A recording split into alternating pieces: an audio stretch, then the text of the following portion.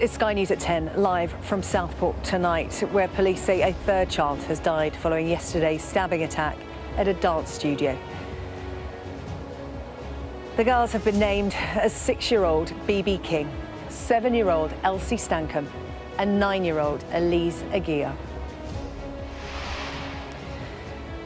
Tonight, serious disorder outside a mosque here in Southport as suspected members of the English Defence League clash with police. A 17-year-old suspect remains in police custody as a man who helped rescue children from the scene describes coming face to face with the alleged attacker. I look up and then there's just this guy there at the top of the stairs, just in a full tracksuit with his hood up, with a knife. We've looked at each other, then he's scurried off to the side. Also tonight on Sky News at 10, Israel says it's carried out a military strike in Beirut in retaliation for an attack which killed 12 children and teenagers. The Housing Secretary admits plans to build more homes on Greenbelt land will be controversial. Plus, embarrassment for Olympic organizers in Paris as the triathlon is postponed because of sewage in the River Seine. And we'll take a first look at tomorrow's front pages in our press preview from 10:30 right through to midnight.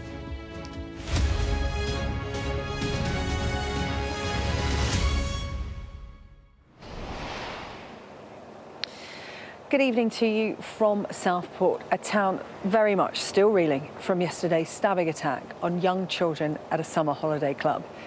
Today, police confirmed that a third girl had died from her injuries.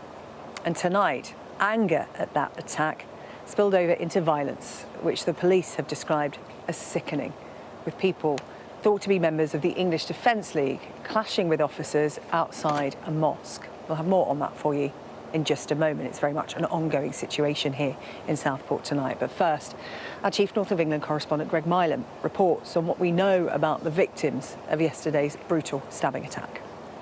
The faces of 3 young girls who all went to dance and never came home. 6-year-old BB King, 7-year-old Elsie Stankham and 9-year-old Elise Aguirre.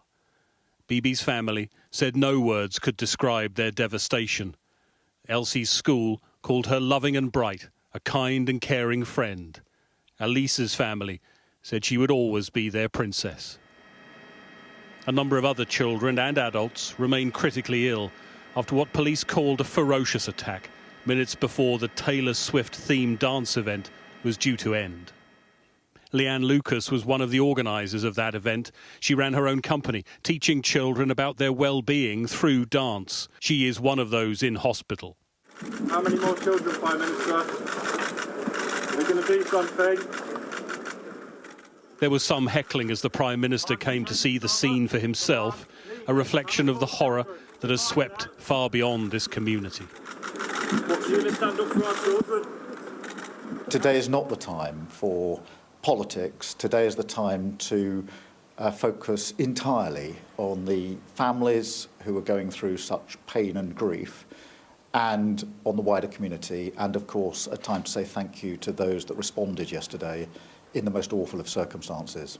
And a response too from Taylor Swift herself. The horror of yesterday's attack, she wrote, washing over her continuously. These were just little kids at a dance class. I am at a complete loss for how to ever convey my sympathies to these families.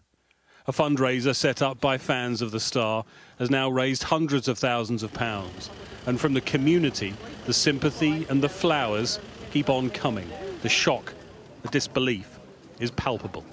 Like so many in this area, the people who've come to lay flowers and tributes say they simply can't fathom how something so awful could have happened on their doorstep. They say they feel a hopelessness, a powerlessness to do anything other than pay their tributes to those who were injured and those who were killed. We're learning more about the awful events of yesterday, including how the man who owned the building tried to stop the attacker. His wife told Sky News he saw the man with a child on the floor. He tried to grab the knife but was himself stabbed. All he wanted to do, she said, was help that child, but he wasn't able to. There is so much for this community to process. It is the hardest thing that it's children, you know, the innocence and, you know, the Taylor Swift connection, joy, happiness, laughter on the first day of the, you know, real summer holidays, then going to the screams and the silence, that whole soundtrack of life yesterday. The 17-year-old remains in custody on suspicion of murder and attempted murder. Sky News spoke to a former neighbour in Cardiff, where he was born, who said he was from a normal and lovely family, and his mother was a good mum. This is an attack that has left its mark on even those used to dealing with the most awful of scenes. We can only imagine how long the scars will last for those who never thought this sort of horror could happen where they call home. Greg Milam, Sky News, Southport. Well, despite pleas from the Home Secretary for calm here in Southport, there has been violence on the streets of this town tonight. It started outside a mosque, not far from where tonight's vigil was held. Police clashing with protesters believed to be members of the EDL, the English Defence League. Police say that there has been online speculation about the identity of the suspect currently in custody, and some people are using it to engage in disorder. Officers repeated that the suspect was born in the UK and that any speculation was unhelpful. Sky's Charlotte Leeming has this report.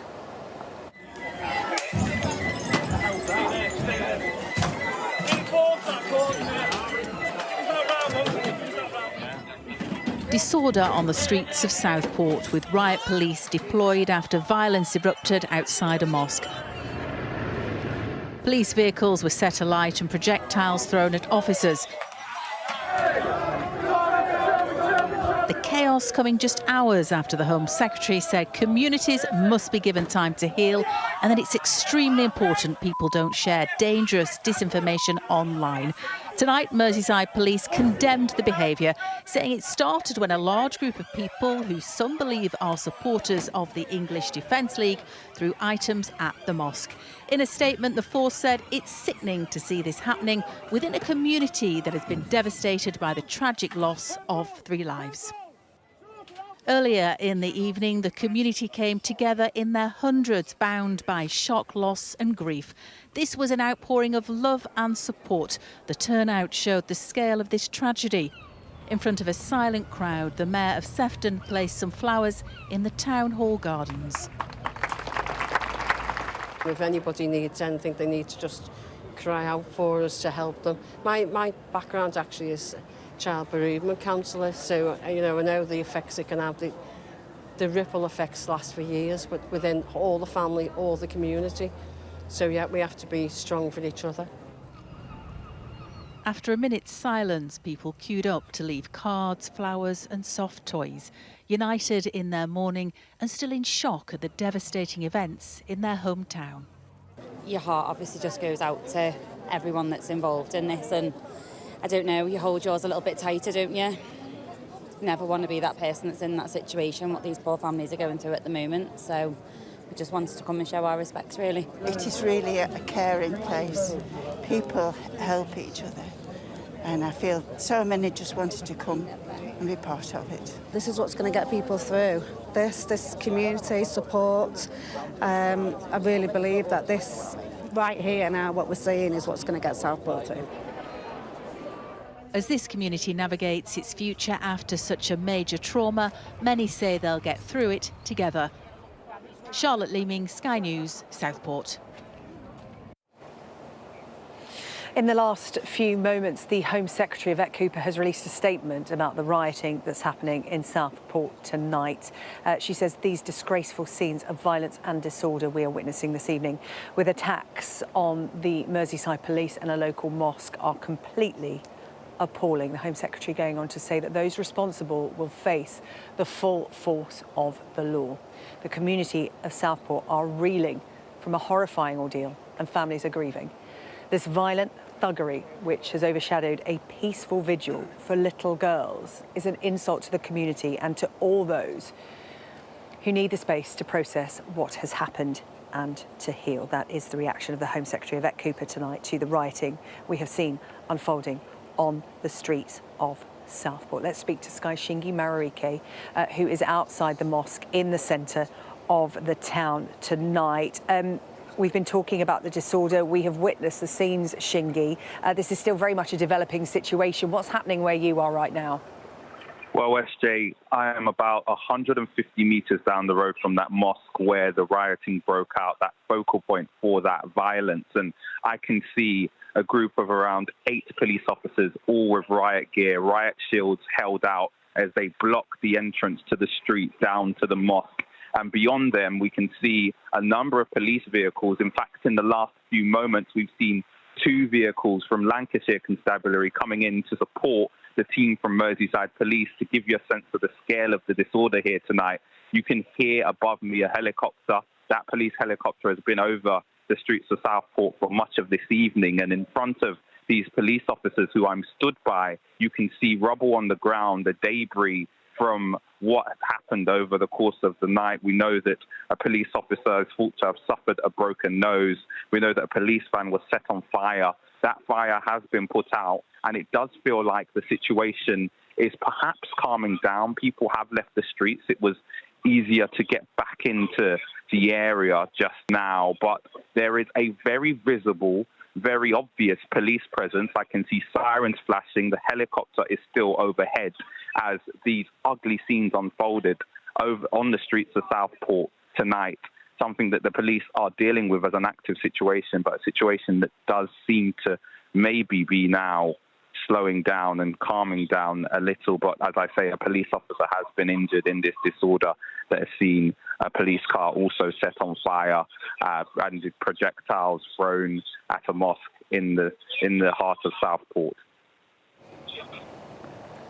Shingi, thank you. Merseyside Police putting this on social media a few moments ago. Officers who had completed a shift in work today are back on duty supporting colleagues in Southport.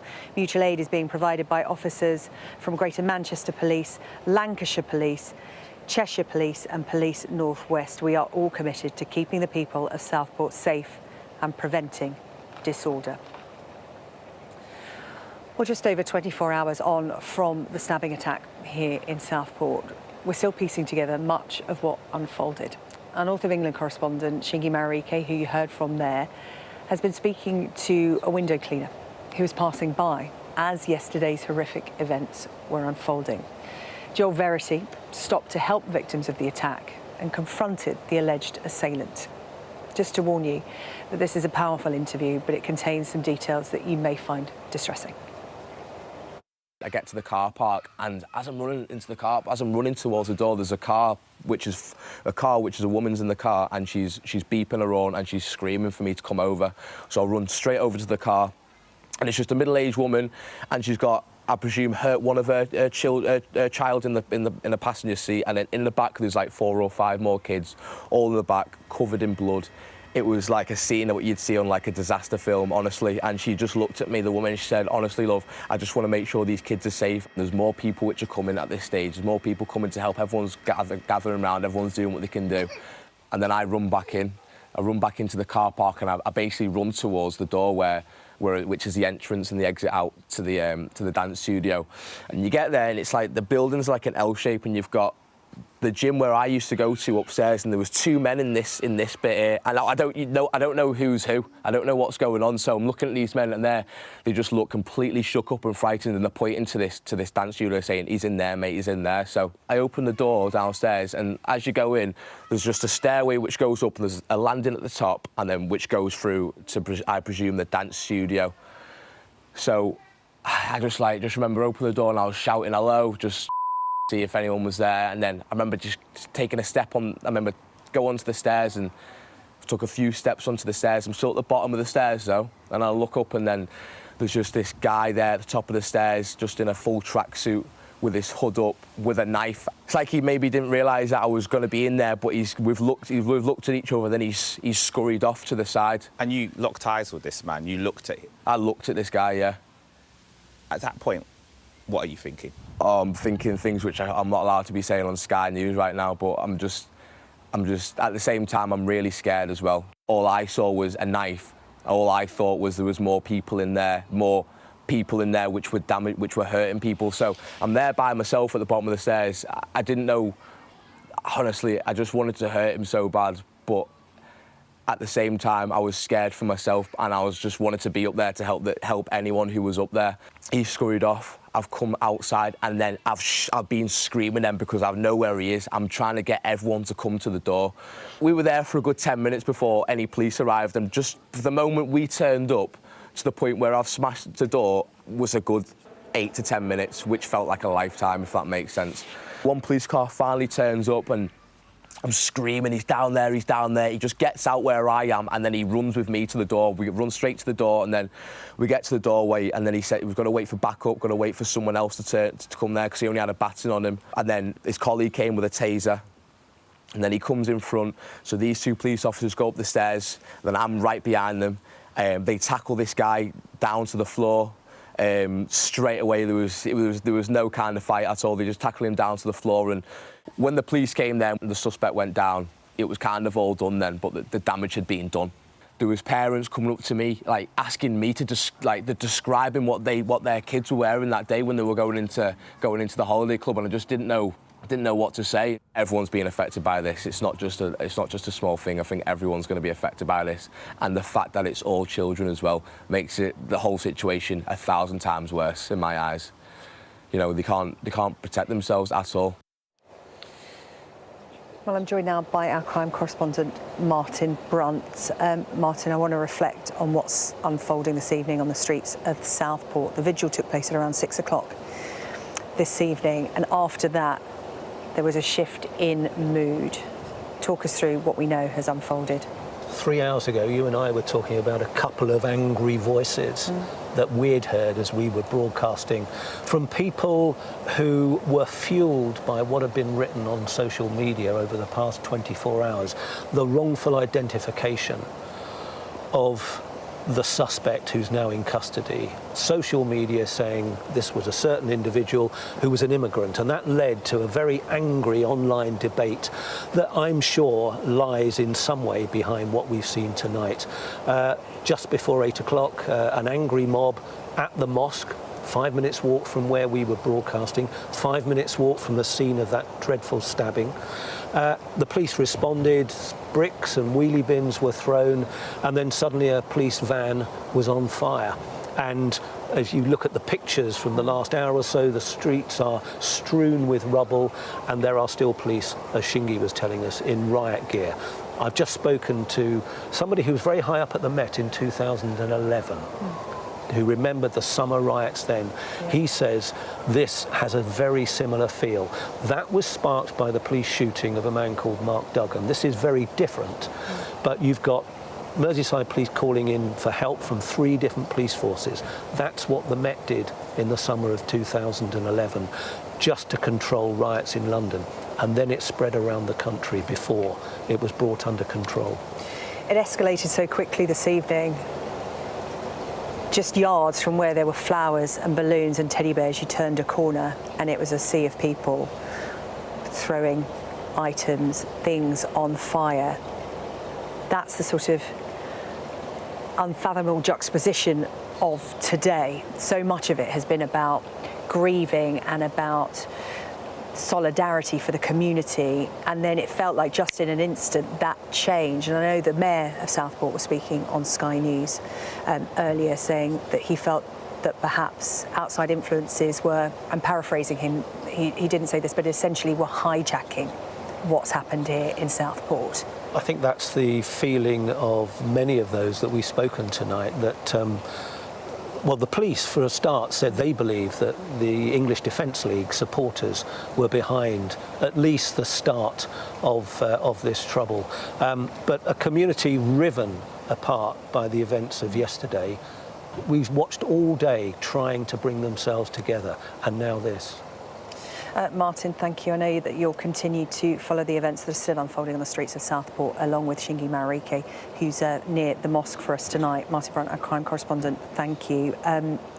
Community leaders here very much wanting us not to focus on what's unfolding on the streets of Southport tonight, but to focus very much on the victims of yesterday's horrific attack right at the heart of their community. Those young faces that you see there, a 3rd child confirmed to have died as a result of her injuries. today. They very much want us to focus on the 3 young girls who have lost their lives, the 5 children who remain in a critical condition in hospital tonight, and those 2 adults also in a critical condition who sustained injuries trying to protect the children in their care. That's it from Southport for the moment. As I say, we'll continue to follow developments here throughout the course of the evening. But right now, back to Barbara. SJ, thank you. Let's take a look at the day's other news now. And Israel says it has carried out a retaliatory strike against the militant group Hezbollah in the Lebanese capital, Beirut. The target of the strike is believed to have been a senior Hezbollah commander. Well, on Saturday, Hezbollah was accused by Israel of a bombing in the Majd al-Shams village in the Israeli-occupied Golan Heights that killed 12 children. Now, in what could be a major escalation, Israel says it's launched an airstrike on a suburb in Beirut. Israel says it was targeting the militant commander allegedly behind the weekend's attack. Our special correspondent Alex Crawford reports now from Lebanon. There'd been plenty of warnings, including Israeli warplanes flying over the Lebanese capital hours before this. Then a drone attack. Witnesses said they heard several, targeted on a high-rise block which locals said was filled with civilians and wedged between a hospital, a medical centre and a mosque. This is the heart of Beirut's Hezbollah stronghold and densely populated. Emotions are high.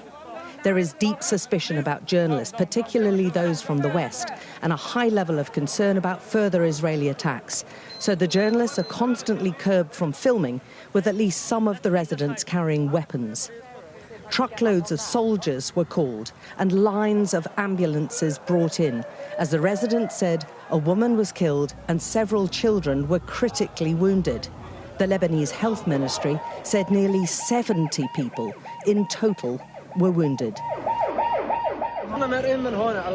We were passing by. I went by here with my motorcycle and we went in the street, and 2 minutes later we heard the sound of the explosion. There were 2 hits, one after the other. The Israeli military said they had targeted a senior Hezbollah commander, responsible, they said, for orchestrating the Majd al-Shams football massacre which killed a dozen children at the weekend. That whole attack has been denied by Hezbollah, unusually so, but the leadership, their Iranian allies and most of their loyalists here believe it's being used as a pretext by the Israelis to attack Lebanon. You can get a sense of how differently they view Hezbollah here by the reactions of an onlooker who interrupted our broadcast. They're not militias. They are freedom fighters. They have been brought up to defend their countries in 1982, and they defend us. They're not militias. Don't call Hezbollah as militias. Hezbollah sources initially said the operation had failed, whilst the Israelis are claiming success. Hezbollah had warned before this that they would retaliate if Israel attacked Lebanon. An eye for an eye is their mantra, so the violence seems unlikely to stop here. Alex Crawford, Sky News in Beirut. Well, let's cross to our international correspondent, John Sparks, who joins us live now from Jerusalem. John, the Israelis had said that this attack in Beirut was to take out a senior Hezbollah commander. What's the latest that we know on that?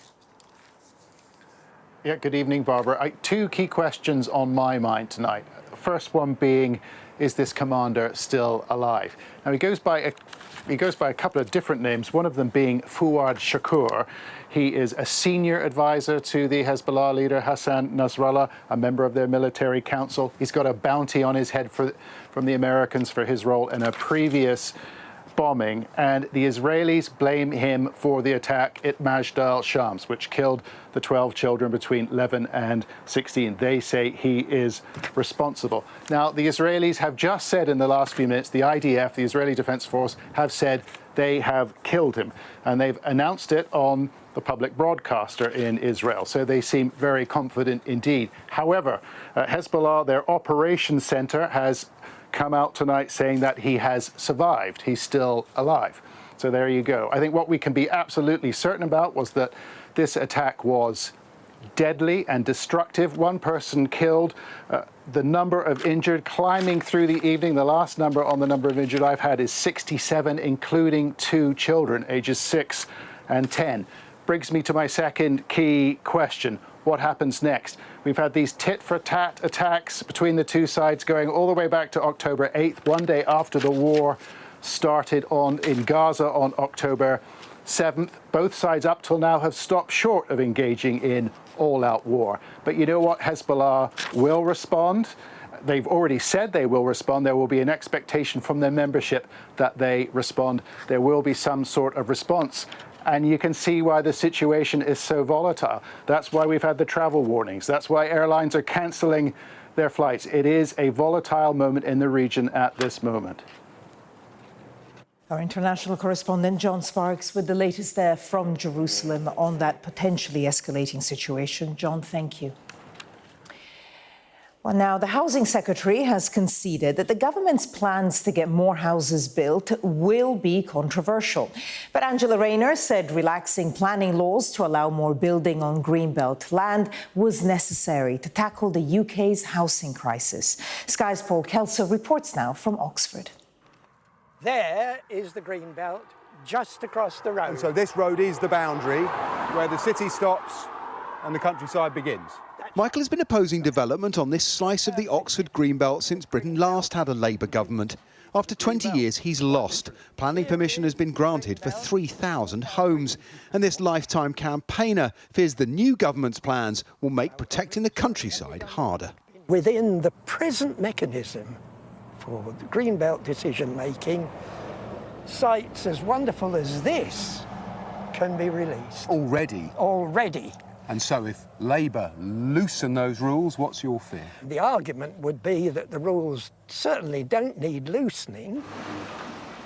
Oxford's green boundary is under pressure because the city's economy is growing, with demand for new homes and existing stock making it one of the most expensive cities in the country.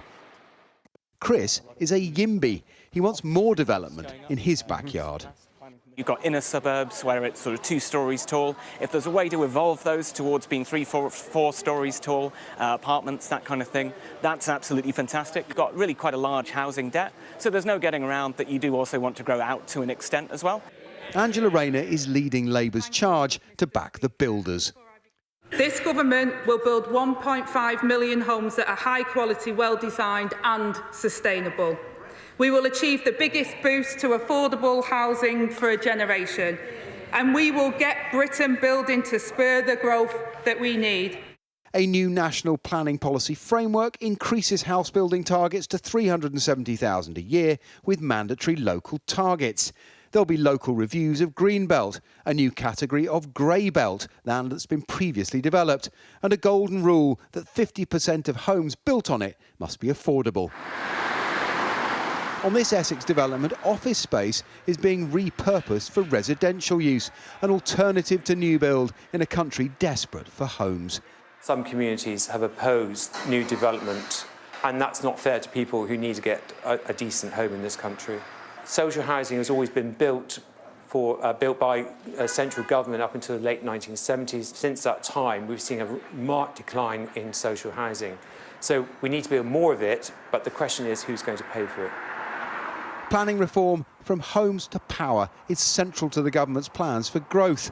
Delivering may mean taking on local objections, field by field. Paul Kelso, Sky News in Oxford.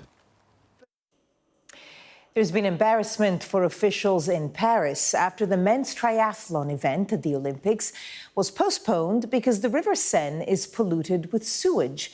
The city spent more than £1 billion trying to improve water quality ahead of the Games, but levels of the bacteria E. coli remain stubbornly high. Our sports correspondent Rob Harris reports now from Paris. It was at 3:30 this morning this water was tested again. The data showed risky levels of E. coli bacteria, again. And it's no surprise the Seine is dirty. For a century, swimming was banned, until the Olympics came here. But plans to promote Paris have turned to embarrassment. The men's triathlon postponed hours before it was due to start here. The sports boss blaming days of downpours. It's unhealthy for the people who swim in the river. If I was an athlete and it said it was dangerous today, it would be hard to have confidence it would be safe suddenly 24 hours later. But we are taking care of that. we are not going to let them swim if the water is not good quality. Do you apologise to all the competitors who've been disrupted? Yes, of course. I mean, well, we don't feel that someone in this case has pain. We are not God. There's daily analysis of the water quality. We have 3 samples from 3 different locations that are being analysed right now. This lab contributing to the monitoring. What is dangerous is that when you have sewage that overflows into the river, you get all the pathogens that are associated with it. So, it's not the bacteria we measure that are necessarily dangerous, but it is all the pathogens that are coming with it, and those could be viruses, other types of bacteria, they could be protozoa, etc. So this is where the danger comes from.